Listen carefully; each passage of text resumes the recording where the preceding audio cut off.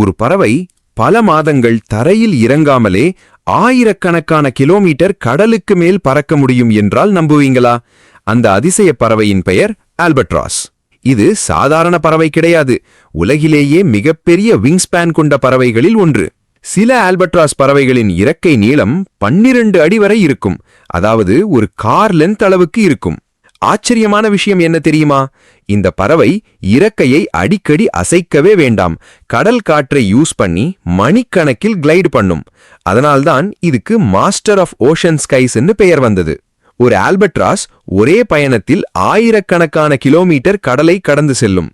சில நேரங்களில் பல மாதங்கள் நிலத்தையே தொடாமல் பறக்கும். ஆனா இவ்வளவு சக்தி வாய்ந்த பறவைக்கும் ஒரு பெரிய ஆபத்து இருக்கு.